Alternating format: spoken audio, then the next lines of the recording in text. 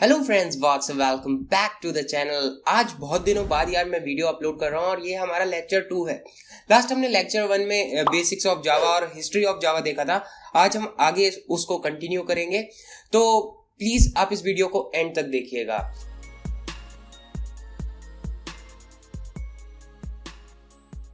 तो सबसे पहले हम बात करते हैं बेसिक फीचर्स ऑफ जावा, जो हमने लास्ट लेक्चर में पढ़ा था, उसी को हम एक बार रिवाइज कर लेते हैं। तो Java is an object oriented programming language. ये एक ऑब्जेक्ट ओरिएंटेड प्रोग्रामिंग लैंग्वेज होती है। Java programs are both compiled and interpreted. तो जावा के जो प्रोग्राम्स होते हैं वो कंपाइल भी होते हैं और इंटरप्रेटेड भी होते हैं। ये कैसे होते हैं, इनके बारे में मैं आपको आगे वीडियो में बताने वाला हूँ। जावा प्लेटफॉर्म इंडिपेंडेंट होती है, रोबस्ट होती है, मल्टी थ्रेडेड होती है। Java programming is written within a class. The variables and functions are declared and defined with the class. तो जावा की जो प्रोग्रामिंग है वो एक क्लास के अंदर होती है और जो वेरिएबल्स एंड फंक्शंस होते हैं वो डिक्लेयर्ड होते हैं क्लास के साथ। And Java can create एप्लेट्स। एप्लेट्स हम क्रिएट कर सकते हैं जावा की हेल्प से। तो एप्लेट्स क्या होती है? एप्लेट्स वो चीज़ें होती हैं जो हम वेब ब्राउजर पर रन कर सकते हैं। So Java doesn't require any preprocessor or inclusion of header files for creating a Java application program। यानी Java में हम कोई भी प्री प्रोसेसर या हेडर फाइल्स का यूज़ नहीं करते हैं जो हम C++ में किया करते थे। तो Java में ये चीज़ नहीं होती है। And Java is a case sensitive language, यानी Java अपर केस और lower case, that is capital और स्मॉल लेटर्स को डिफरेंटली ट्रीट करती है। तो ये कुछ हमारे फीचर्स थे, हमने रिवाइज कर लिए जल्दी से। डिटेल में पढ़ना है, लास्ट लेक्चर आप देख लो, उसका लिंक आपको डिस्क्रिप्शन में मिल जाएगा या ऊपर आई के बटन पर क्लिक करके आप उसको देख सकते हो। नेक्स्ट हम बात करते हैं कंपाइलेशन एंड इंटरप्रिटेशन के बारे में। तो अभी जैसे हमने देखा था कि जावा का जो प्रोग्राम होता है वो कंपाइल भी होता है और इंटरप्रेट भी होता है। तो इसका क्या मतलब हुआ? So compilation and interpretation are the terms related with language translation. तो कंपाइलेशन और इंटरप्रिटेशन कुछ ऐसी टर्म्स हैं जो लैंग्वेज ट्रांसलेशन में यूज होती हैं। तो कैसे, वो मैं आपको एक एग्जाम्पल से बताऊंगा। So what is compilation? तो सबसे पहले हम देखते हैं कंपाइलेशन। तो इसके लिए हम एक डायग्राम को देखते हैं। तो ये हमारे पास यहाँ पे हमारा एक डायग्राम है। अब इसमें आप सपोज करो कि ये हमारा एक स्पीकर है, ये हम एक क्लास में बैठे हैं और ये हमारा कोई गेस्ट लेक्चरर आया है।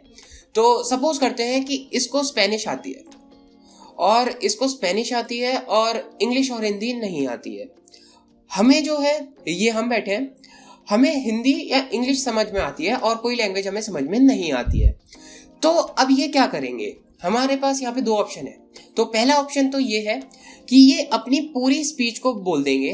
तो ये सपोज कीजिए इनकी ये पूरी स्पीच है, ये इन्होंने स्पेनिश में बोल दी और हमें कुछ भी समझ में नहीं आया। और ये एक ट्रांसलेटर अपने साथ लाए थे। तो इन्होंने क्या किया, जब इन्होंने अपनी पूरी स्पीच को बोल दिया स्पेनिश में, तो इन्होंने क्या किया, इनके ट्रांसलेटर ने इस स्पीच को पूरी ट्रांसलेट की हिंदी या इंग्लिश लैंग्वेज में और फिर हमको बोल दिया। यानी इन्होंने पहले अपनी पूरी स्पीच को बोला स्पेनिश में और फिर इन्होंने इस पूरी स्पीच को इंग्लिश या हिंदी में ट्रांसलेट करके हम लोगों को बता दिया। तो इस प्रोसेस को हम कहते हैं कंपाइलेशन। तो इसमें पूरी स्पीच को ट्रांसलेट किया गया है एक ही बार में, तो ये होती है कंपाइलेशन। तो the process in which entire program, तो अगर हमारा जावा का प्रोग्राम है तो in which the entire program is translated is known as compilation and the translator is termed as compiler. तो यहाँ पे ये जो पूरी प्रोसेस हुई इसको हम बोलेंगे कंपाइलेशन, और ये जो हमारा ट्रांसलेटर हुआ ये हुआ हमारा कंपाइलर। तो ये एक सिंपल सा एग्जाम्पल था। अब हम देखते हैं इंटरप्रिटेशन क्या होता है। तो इंटरप्रिटेशन के लिए भी हम सेम डायग्राम को लेते हैं। तो सपोज करते हैं ये सेम हमारा गेस्ट लेक्चरर था जिसको स्पेनिश आती थी। तो इसको सिर्फ स्पेनिश आती है। अब इन्होंने क्या किया, इनके पास ये स्पीच थी, तो इन्होंने एक सेंटेंस बोला स्पेनिश में और तुरंत इनके ट्रांसलेटर ने उस सेंटेंस को तुरंत ट्रांसलेट किया और हमें इंग्लिश या हिंदी लैंग्वेज में जो भी हमें सुटेबल लगती है उसमें हमें बता दिया। फिर इन्होंने सेकंड सेंटेंस बोला, तो इन्होंने क्या किया, सेकंड सेंटेंस को ट्रांसलेट किया और फिर हमें पूरा इंग्लिश या हिंदी में बता दिया। फिर इन्होंने थर्ड सेंटेंस बोला स्पेनिश में, तो इनके ट्रांसलेटर ने फिर से थर्ड सेंटेंस को इंग्लिश या हिंदी में ट्रांसलेट करके हमको बता दिया। तो ये जो लाइन बाय लाइन या सेंटेंस वाइज जो ट्रांसलेशन हुई, इसको हम बोलते हैं इंटरप्रिटेशन। अब देखते हैं the process in which translation is performed sentence wise is known as interpretation. तो अगर आप कोई प्रोग्राम बनाते हो, उसमें जब जो हमारा प्रोग्राम है वो अगर लाइन बाय लाइन कंपाइल हो रहा है तो यानी वो इंटरप्रीट हो रहा है, तो उसको हम इंटरप्रिटेशन कहते हैं। और जो ट्रांसलेटर होता है उसको हम इंटरप्रीटर कहते हैं। तो ये जो प्रोसेस हुई इस बार ये इंटरप्रिटेशन हुई, और जो हमारा ट्रांसलेटर था वो इंटरप्रीटर था। सो आई होप आपको कंपाइलेशन एंड इंटरप्रिटेशन के बीच में डिफरेंस समझ में आ गया होगा। कंपाइलर और इंटरप्रीटर का भी आपको डिफरेंस समझ में आ गया होगा। ये काफी टाइम एग्जाम्स में पूछ लिया जाता है, तो यार आप इस एग्जाम्पल से बहुत अच्छे से समझ जाओगे। सो अब नेक्स्ट बात करते हैं हम नोट। सबसे पहले नोट को देखते हैं। All high level languages need to be converted into machine या बाइनरी कोड। तो मशीन या बाइनरी कोड में हर हाई लेवल लैंग्वेज को कन्वर्ट होना पड़ता है, तभी वो एग्जीक्यूट हो पाता है प्रोग्राम। तो सबसे पहले इंटरप्रीटर, जो हमने अभी ये तो नॉर्मल डेफिनेशन देखी थी, अब हम इसकी टेक्निकल डेफिनेशन को देखेंगे। तो the software by which the conversion of high level instructions या source code is performed line by line to machine level language is known as interpreter. तो बात वही है, जो हाई लेवल लैंग्वेज या सोर्स कोड होता है हमारा, वो अगर लाइन बाय लाइन जब कन्वर्ट होता है मशीन लेवल लैंग्वेज में, तो उसको हम इंटरप्रीटर कहते हैं। सो कंपाइलर क्या होता है, if all the instructions are converted to machine level language at once and all the errors are listed together, then the software is known as compiler. तो ये कंपाइलर होता है। तो इसमें क्या होता है कि हमारा जो हाई लेवल लैंग्वेज का या सोर्स कोड जो होता है वो कन्वर्ट होता है पूरा एक ही बार में, और जो भी जितनी भी एरर्स होती हैं वो एक बार में आ जाती हैं। अब मैं आपको एक चीज बताता हूँ, इंटरप्रीटर में आपको एक चीज समझ में आई होगी कि जब हम इसको लाइन बाय लाइन कन्वर्ट कर रहे होते हैं, तो अगर सपोज कीजिए सेकेंड लाइन में कोई प्रॉब्लम आई, तो सेकेंड लाइन कन्वर्ट जब हुई तो वहां पे एरर आई, तो एरर को हमें वहीं पे सॉल्व करना होता है। तो इस वजह से क्या होता है कि ये जो कन्वर्जन होता है ये स्लो होता है, तो पूरा जो टाइम प्रोसेस है वो थोड़ा ज्यादा हो जाता है कंपाइल करने में इसको या कन्वर्ट करने में, और एरर्स को फिगर आउट करना, एरर्स को सॉल्व करना बहुत ईजी होता है। लेकिन कंपाइलर के केस में क्या होता है, कन्वर्जन बहुत जल्दी हो जाता है, यानी ये कोड कंपाइल बहुत जल्दी हो जाता है, सारा कोड एक बार में कंपाइल हो जाता है। लेकिन यहाँ पर क्या होता है, जब सोर्स कोड बहुत बड़ा होता है तो होता क्या है कि जब एरर्स आती है तो उनको फिगर आउट करना काफी मुश्किल हो जाता है। तो इंटरप्रीटर में हमें एरर बहुत अच्छे से पता चल जाती है और हम उसको सॉल्व कर सकते हैं, लेकिन टाइम ज्यादा लगता है। कंपाइलर में टाइम कम लगता है लेकिन एरर थोड़ी फिगर आउट करनी मुश्किल हो जाती है। सो नेक्स्ट हम बात करते हैं बाइट कोड, जेवीएम, जेआरई और जेडीके क्या होता है। इसके बारे में भी काफी बार एग्जाम्स में क्वेश्चन आ जाते हैं, और अगर आप प्लेसमेंट पे हो तो हो सकता है आपको वहां पे भी पूछ लिया जाए। तो यार अगर आप क्लास 10th 11th 12th में हो या प्लेसमेंट के लिए भी बैठ रहे हो तो आपको ये पढ़ना जरूरी है। एक बार आप पढ़ लोगे आपका कॉन्सेप्ट क्लियर हो जाएगा और फिर आपको आगे फ्यूचर तक कोई प्रॉब्लम नहीं होगी। प्लस 11th का कोर्स भी आने वाला है, उसकी बात हम वीडियो के एंड में करेंगे। तो what is JVM, Java virtual machine क्या होती है। सो it is an abstract machine, ये कोई फिजिकली एग्जिस्ट नहीं करती है, ये एक एब्स्ट्रैक्ट मशीन होती है that provides run time environment in which Java byte code can be executed. तो ये एक रन टाइम एनवायरनमेंट को प्रोवाइड करती है जिसमें हमारा जो जावा का बाइट कोड होता है। अब आपको ये डाउट होगा कि बाइट कोड क्या होता है, तो बिल्कुल भी टेंशन मत लो, मैं आपको आगे बताने वाला हूँ, बहुत मजे से आप लोगों को समझ में आ जाएगा। तो बाइट कोड को ये एग्जीक्यूट करने में एक रन टाइम एनवायरनमेंट प्रोवाइड करता है। आ गया होगा समझ में। नेक्स्ट देखते हैं जेआरई। सो जावा रन टाइम एनवायरनमेंट क्या होता है, it is the implementation of JVM. जब हम जेवीएम को इम्प्लीमेंट करते हैं, यानी जब बाइट कोड रन हो जाता है, एग्जीक्यूट हो जाता है, तो उसको हम कहते हैं जावा रन टाइम एनवायरनमेंट, या हम ऐसे भी समझ सकते हैं जावा रन टाइम एनवायरनमेंट में कोई भी प्रोग्राम जो होता है वो रन करता है। इट फिजिकली एग्जिस्ट, ये फिजिकली एग्जिस्ट भी करता है और ये प्लेटफॉर्म डिपेंडेंट होता है। वो कैसे, वो हम आगे अभी जब देखेंगे ना प्रोग्राम कैसे कंपाइल होता है तो आपको समझ में आएगा। It contains set of libraries and other files that JVM uses at run time. तो इसमें काफी सारी सेट ऑफ लाइब्रेरीज होती हैं और अदर फाइल्स भी होती हैं जो जेवीएम यूज करता है रन टाइम पर। तो आपको मैं एक चीज बता दूं यार, ये नोट्स जो है ये काफी इंपॉर्टेंट है, आप इनका प्रिंट आउट निकाल लेना, इसका लिंक मैं आपको डिस्क्रिप्शन में दे दूंगा, इनको पढ़ना। और आप अगर इनको ढंग से पढ़ोगे और ये वीडियो पूरी ढंग से देखोगे और नेक्स्ट वीडियोस जो आने वाली हैं वो अगर आप ढंग से देखोगे, आपके फुल मार्क्स पक्के हैं। कंप्यूटर में फुल मार्क्स लाना कोई बड़ी बात नहीं होती, बहुत मजा आता है। और जो आपको लगता है ना यार ये इतना हार्ड कैसे हो रहा है, मतलब हम प्रोग्राम बना ही नहीं पा रहे, हमें मतलब समझ में ही नहीं आ रहा, टेंशन बिल्कुल मत लो यार, बहुत आसान है, मैं हूं ना, मैं आपको पूरा मतलब इतना इजी करके समझा दूंगा, आपको मजा आ जाएगा।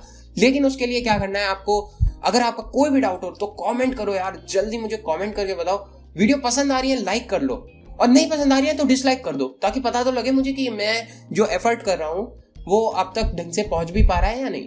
तो यार आपको जैसे भी आपको फीडबैक देना है दो, लेकिन फीडबैक जरूर दो, ठीक है। अब हम बात करते हैं जेआरई की, जो हम बात कर रहे थे। तो जेआरई में क्या होता है, देखो जेवीएम होता है, तो जेवीएम होता है तो इसमें सेट ऑफ लाइब्रेरीज भी होती हैं और अदर फाइल्स होती हैं।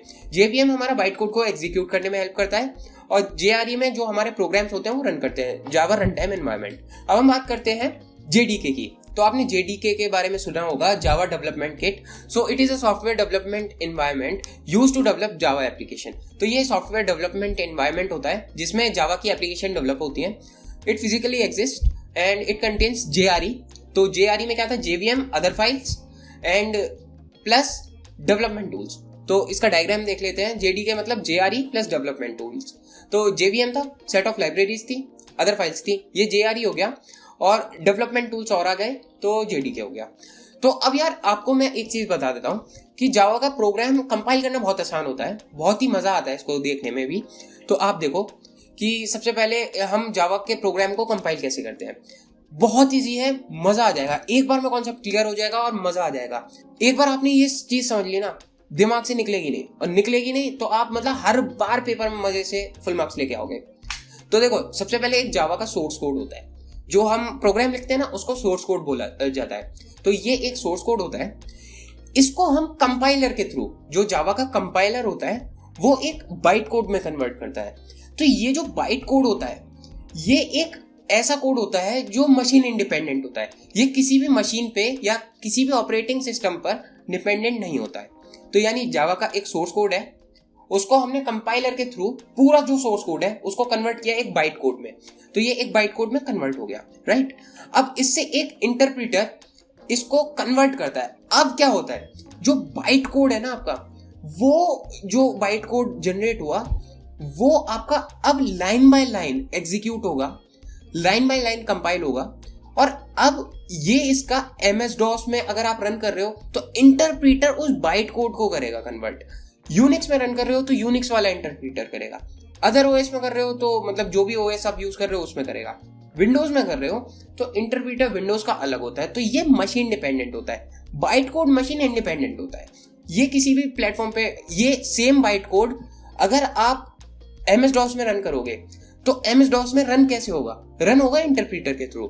इंटरप्रीटर इसको लाइन बाय लाइन कन्वर्ट करेगा और फिर MS DOS में चलेगा। सेम यही बाइट कोड आप उठा के विंडोज में चला सकते हो। बाइट कोड उठाओ, जो विंडोज का इंटरप्रीटर है वो इसको कन्वर्ट करेगा और विंडोज पे चला देगा। तो अब आपको समझ में आ गया होगा कि जावा का प्रोग्राम कंपाइल कैसे होता है और रन कैसे होता है। फिर से बता देता हूँ, जावा का एक सोर्स कोड होता है, कंपाइलर उसको बाइट कोड में कन्वर्ट करता है पूरे कोड को। अब ये बाइट कोड मशीन इंडिपेंडेंट होता है। अब सपोज करो मैं विंडोज यूज कर रहा हूँ, आप मैक यूज कर रहे हो, ठीक है। अब मैं आपको जो बाइट कोड दे रहा हूँ वही मैं अपनी मशीन पे चला रहा हूँ विंडोज पर, और जो बाइट कोड जो मैं अपनी मशीन पे चला रहा हूँ वही मैं आपको दे रहा हूँ, सेम टू सेम। अब आप क्योंकि मैक यूज कर रहे हो, मैं विंडोज यूज कर रहा हूँ, तो अब क्या होगा, जो हमारा इंटरप्रीटर होगा वो डिफरेंट होगा। आपका मैक के लिए होगा, मेरा विंडोज के लिए है, लेकिन बाइट कोड हमारा सेम है। तो वो इंटरप्रीटर उस बाइट कोड को कन्वर्ट करेगा मशीन के कोड में। अब ये बाइट कोड मशीन लैंग्वेज में कन्वर्ट हो जाएगा, लेकिन बाइट कोड हम दोनों के पास सेम है। तो इंटरप्रीटर हमारा डिफरेंट है, वो आपके लिए डिफरेंट मशीन कोड जनरेट करेगा, मेरे लिए डिफरेंट करेगा और वो रन कर देगा। जो आउटपुट होगा वो हम दोनों का सेम आएगा। तो इस तरह से बाइट कोड इंडिपेंडेंट होता है। एक चीज और मैं बता दूं, ये देखो ये एक सोर्स कोड की फाइल है जिसको आप बोलते हो .java फाइल, ठीक है। ये .java फाइल है, इसको जब आप कन्वर्ट करते हो तो एक .class फाइल बनती है। इस .class फाइल को हम कहते हैं बाइट कोड। ये एक बाइट कोड होता है, ठीक है। अब इस बाइट कोड को आप इंटरप्रीटर के थ्रू रन कराते हो, तो ये जो कोड जनरेट होता है मशीन लैंग्वेज में कन्वर्ट हो जाता है। तो जिस भी मशीन पे आप रन कर रहे हो उसका इंटरप्रीटर इसको कन्वर्ट कर लेगा। तो ऐसे ये प्रोग्राम एग्जीक्यूट होता है। अब मैं आपको एक चीज बता देता हूँ कि जावा के प्रोग्राम्स हमने जो पिछली वीडियोस में देखे हैं जो मैं पहले वीडियोस बनाता था उसमें हम ब्लूजे पे रन करते हैं, लेकिन अब आने वाली वीडियोस में मैं आपको ब्लूजे को तो इंस्टॉल करना सिखाऊंगा ही, प्लस मैं आपको डायरेक्ट कंपाइल कैसे करते हैं प्रोग्राम वो भी सिखाने वाला हूँ। तो प्लीज वीडियो को एंड तक देखना, सारी वीडियोस को। नेक्स्ट हम बात करते हैं बाइट कोड की। तो हमने बाइट कोड समझ लिया बहुत अच्छे से, अब हम इसकी डेफिनेशन देख लेते हैं। बाइट कोड की क्या होती है, बच्चे डेफिनेशन ढंग से लिख नहीं पाते, तो अब आपको क्योंकि कॉन्सेप्ट समझ में आ गया तो अब आपको बहुत इजीली समझ में आ जाएगा। देखो, it is an intermediate binary form of the Java source code. Intermediate code था, बाइनरी फॉर्म, ठीक है, that is obtained after getting converted with the help of Java compiler. जो कन्वर्ट हुआ और ऑब्टेन हुआ आफ्टर गेटिंग कंपाइल्ड। पहले हमारा Java source code था, उसने एक इंटरमीडिएट कोड बनाया जिसको हमने बाइट कोड बोला। वो क्या था, वो तब जनरेट हुआ जब हमने उसको कंपाइल करके कन्वर्ट कर लिया। This code is machine independent. ये मशीन इंडिपेंडेंट था, ये किसी भी मशीन पर डिपेंडेंट नहीं था। It makes Java program highly portable used on any platform. ये जावा के प्रोग्राम्स को इसीलिए हाईली पोर्टेबल बना देता है, use write once run anywhere. तो जावा प्रोग्राम को, जावा का सोर्स कोड जो बनता है वो मशीन लैंग्वेज में कन्वर्ट नहीं होता डायरेक्टली, वो एक बाइट कोड में कन्वर्ट होता है, फिर वो बाइट कोड फिर उस मशीन पर जाकर कन्वर्ट होता है। So that's why it is highly portable. तो आपको समझ में आ गया होगा। JVM के बारे में मैं आपको एक बार और बता देता हूँ। It act as a virtual processor. It is an abstract machine. It acts as a virtual processor which processes the bytecode to machine code instructions for various platforms. तो JVM की हेल्प से, इंटरप्रीटर JVM में होता है, वो क्या करता है, इस बाइट कोड को प्रोसेस करता है और वेरियस प्लेटफॉर्म के अकॉर्डिंग उसको प्रोसेस करता है, and that is why it is called Java virtual machine. So I hope आपको ये चीज समझ में आ गई होगी। सो अब नोट करने वाली बात क्या है, इसी वजह से, ये जो पूरी प्रोसेस हमने समझी, इसी की वजह से Java program uses compiler as well as interpreter both. तो सोर्स कोड को हमने पूरा कंपाइल किया बाइट कोड में, बाइट कोड को कन्वर्ट कर लिया इंटरप्रीटर से अपनी मशीन लैंग्वेज में। सो आई होप आपको ये चीज समझ में आ गई होगी। नेक्स्ट वीडियो में हम लोग सीखने वाले हैं कि कैसे हम JDK को इंस्टॉल करेंगे, ब्लूजे को इंस्टॉल करेंगे, प्लस डायरेक्ट प्रोग्राम को रन कैसे करेंगे। उसके बाद हम सीखेंगे टोकन्स, कीवर्ड्स एंड जो भी हमारा आगे का कोर्स है। प्लस 11th के कोर्स के वीडियोस भी बहुत जल्दी वीडियोस मैं पोस्ट करने वाला हूं, तो आप उन वीडियोस को जरूर देखिएगा। 12th के बारे में भी मैं वीडियोस बनाने वाला हूं, और आप लोगों के अब सेमेस्टर वाइज एग्जाम्स होंगे तो उसके बारे में भी कैसे आपको प्रिपरेशन करनी चाहिए और आपको कैसे फुल मार्क्स ला सकते हो आप, वो भी मैं आपको बताने वाला हूं। तो यार बिल्कुल टेंशन की बात नहीं है, आपको कोई भी कहीं पे भी प्रॉब्लम है आप मेरे से कांटेक्ट करो, इंस्टाग्राम, फेसबुक, ट्विटर, कहीं पर भी कांटेक्ट करो। अदरवाइज आप नीचे वीडियो के कमेंट कर दो, मैं आपका कमेंट पढ़ूंगा और आपको इतने अच्छे से हेल्प करूंगा कि मजा आ जाएगा आपको भी और मुझे भी। So that's all in this video. Subscribe कर लेना चैनल को नहीं किया तो। So that's all in this video. Thank you for watching and I will see you in the next video. Till next time, take care and stay safe, keep learning, bye bye.